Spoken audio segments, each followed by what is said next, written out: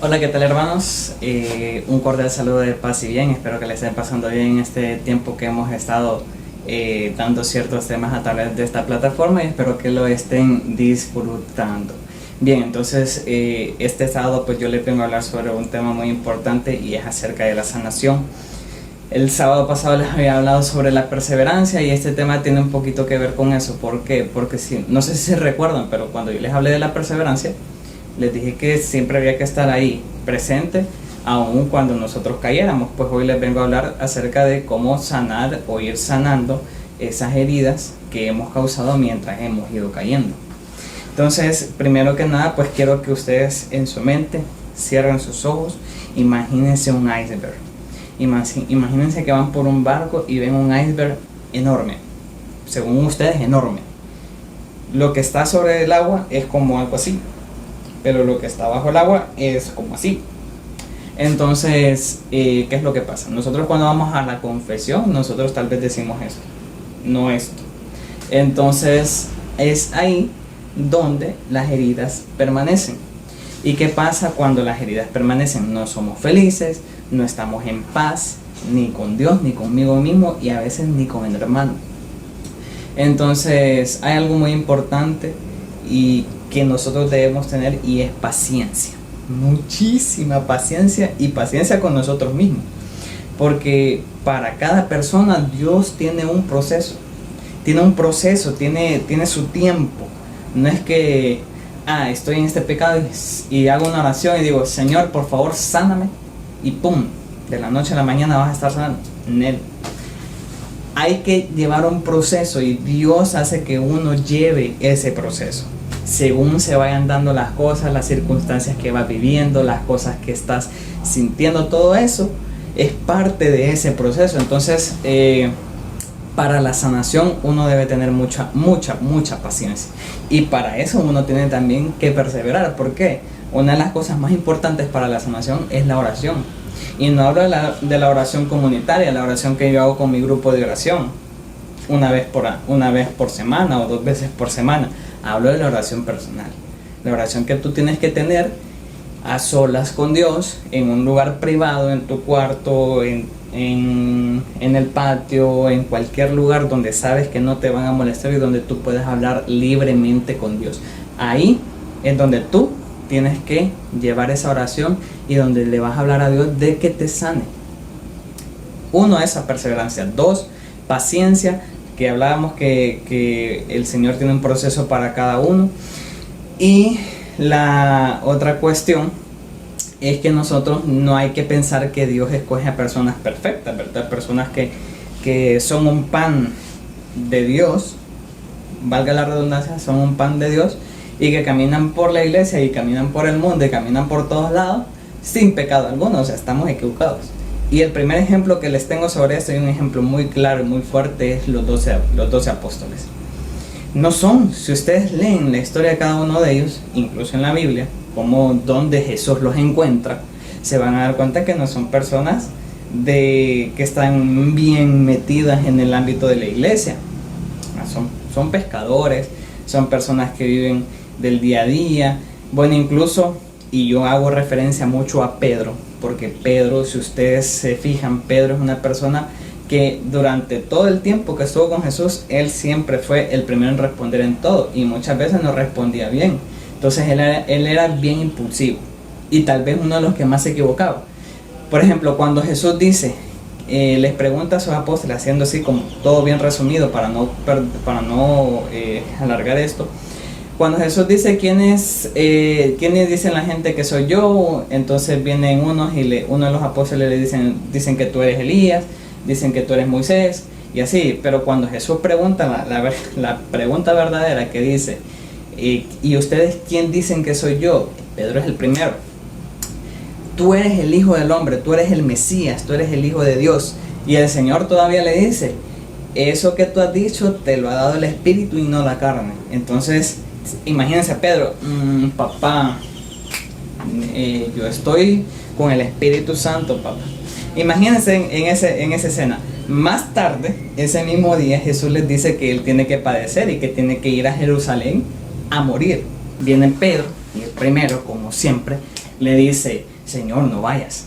Entonces el Señor le dice, apártate de mí, Satanás.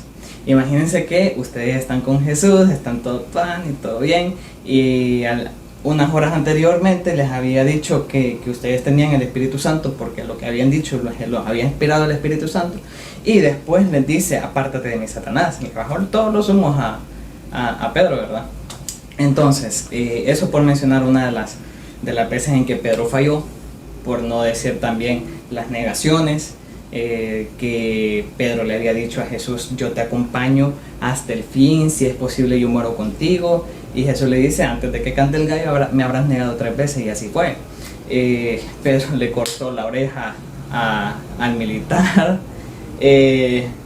Pedro estaba en la barca cuando Jesús lo fue a encontrar a mar adentro, y Pedro le dijo que si era él, que lo llevara hacia él. Pedro viene y empieza a caminar sobre el agua y se desconcentra un rato, pierde de vista a Jesús y él empieza a ahogarse. Y bueno, ¿qué no habrá fallado Pedro? Díganme. Y aún así Pedro fue al que Jesús le confió la iglesia, sobre el cual edificó la iglesia, nuestro primer papa, y aquel a quien Dios le entregó las llaves del cielo.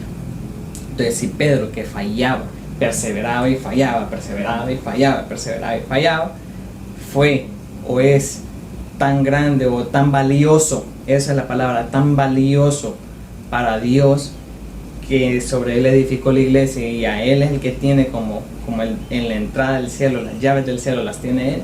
Entonces, ¿qué les impide a ustedes sanar esas heridas que llevan en su corazón poco a poco? Pedro caminó con Jesús 3 años, y en esos 3 años hizo todas esas malas habidas y por haber. Entonces, y con Jesús a la par, ¿verdad? Nosotros somos bienaventurados porque creemos sin haber visto. Entonces espero que se queden con esa preguntita en la cabeza, que le den vuelta durante todo este tiempo. Si Pedro, que falló, logró entrar al reino de los cielos y sanar sus heridas, ¿por qué yo no? Entonces espero que les guste este pequeño y corto tema. Los dejo con una canción hermosa, bella, preciosa, y pues hasta el próximo sábado. Los veo pronto. Chao, chao. Bien, hermanos, esa canción que les voy a cantar se llama Ahí en la Eucaristía. Es muy bonita, a mí me gusta bastante, y pues si ustedes ven que me pongo como con mucho sentimiento por ahí, lo siento, es que sí me gusta bastante y me gusta sentir este tipo de cantos. Espero que les guste. Si me ven como medio chinadita es porque me acabo de levantar, entonces lo siento.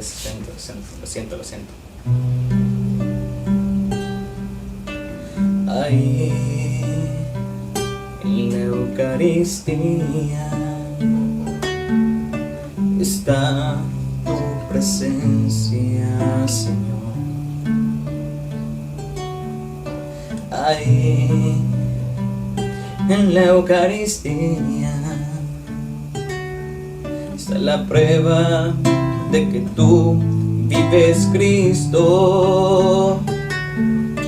Tu cuerpo,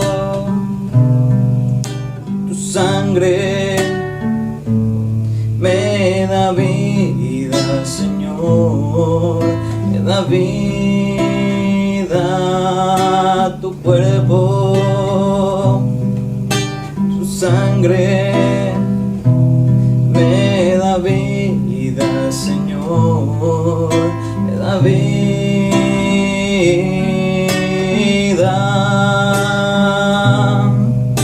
Ahí en la Eucaristía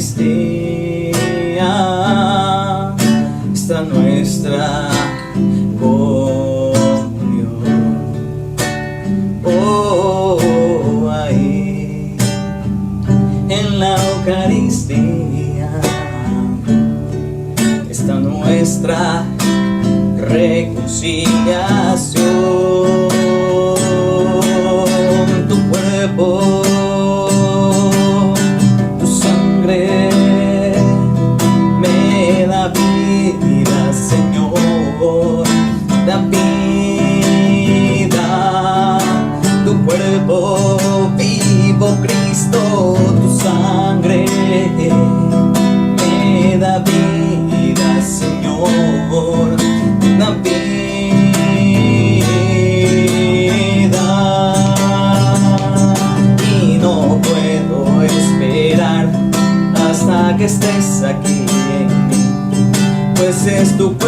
vivo Cristo estoy a punto de adquirir. No, no, no, no puedo esperar hasta que estés aquí en mí, pues es el cáliz de tu sangre que me ayuda a vivir.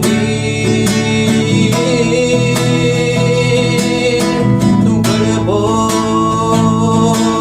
y tu sangre me da vida, Señor, da vida.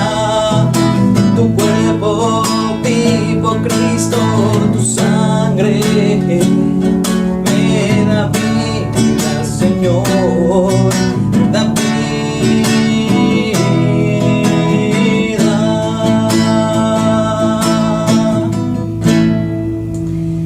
Bien, espero que les haya gustado y nos vemos el próximo sábado. Saludos.